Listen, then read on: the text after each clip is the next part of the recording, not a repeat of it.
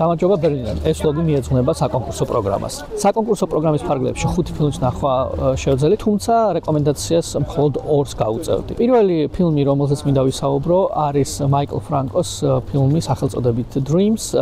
ოცნებები, მაიკლ ფრანკო არის მექსიკელი ავტორი, თუმცა უნდა ითქვას, რომ აქ არის საერთაშორისო კასტი, ყავს როგორც მექსიკელი მსახიობები, ასევე ამერიკელი მსახიობები და ასევე ბრიტანელი მსახიობიც რუპერტ ფრენდის სახით.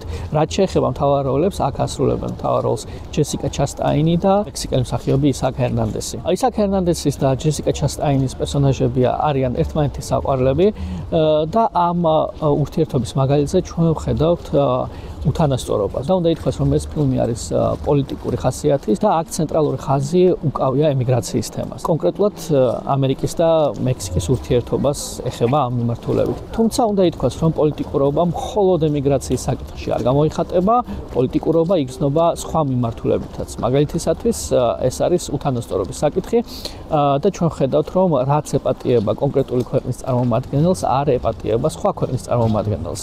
და ყველაზე მთავარი, რაც ვფიქრობ, რაც შეიძლება გამოგჩეს ამ ფილმის ყურებისას, არის ის, რომ ეს ფილმი არის კლასობრივ ურთიერთობებზე. ანუ ერთის მხრივ ჩვენ ხედავთ ადამიანს, რომელიც არის ულტრამდიდარების წარმომადგენელი და მეორეს მხრივ ჩვენ ხედავთ ადამიანს, რომელიც უფრო დაბალ საფეხურზე იმყოფება.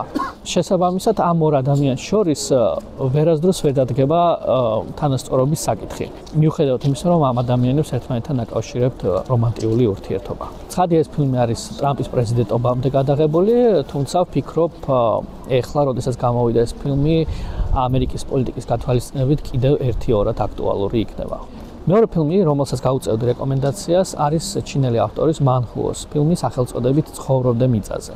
ვფიქრობ, ეს ფილმი ერთი თავით მაღლა დგას ყველაფერ დანარჩენს, რაც ჯერჯერობით საკონკურსო პროგრამაში წარმოდგენილი იყო და რის ნახვაც შემეძლო და ეს ფილმი პირველის მსგავსად ასევე პოლიტიკური ხასიათისაა. თუმცა ვფიქრობ, ამ შემთხვევაში მასშტაბი გაცილებით დიდია და ამ შემთხვევაში ჩვენ ხედავთ თუ რა გავლენა აქვს ყოველთვის პოლიტიკას ადამიანების ცხოვრებაზე, მათ შორის მაშინ, როდესაც ამ ადამიანებს პოლიტიკა შეიძლება არ აინტერესებდეთ. და აქ ვფიქრობ, საგულისხმოა ის, რომ მან ჰუოს ფილმში ჩვენ ხედავთ ჩინეთის მიყრუებულ სოფელს.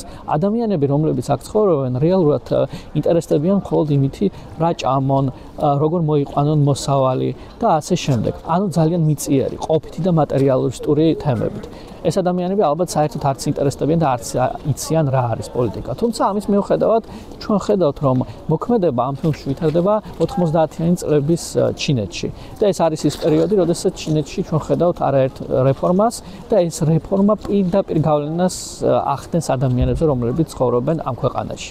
მათ შორის იმ სოფელში, რომელსაც ჩვენ ხედავთ ამ სურათში. ეს გავლენა არის როგორც ეკონომიკური ხასიათის, ასევე სოციალური ხასიათის. მაგალითად, კონტროლი ადამიანების შობადობაზე. ან იმაზე, თუ რა საქმიანობით უნდა დაკავდნენ ადამიანები, იქიდან გამომდინარე, თუ როგორ შეიძლება შეიცვალოს ქვეყნის პოლიტიკა. ასევე აღნიშნვის ღირსია ფილმის ტექნიკური მხარე. მასშტაბი, რომელსაც აქ რეჟისორი გვთავაზობს, რეალურად გაოცებას იწვევს.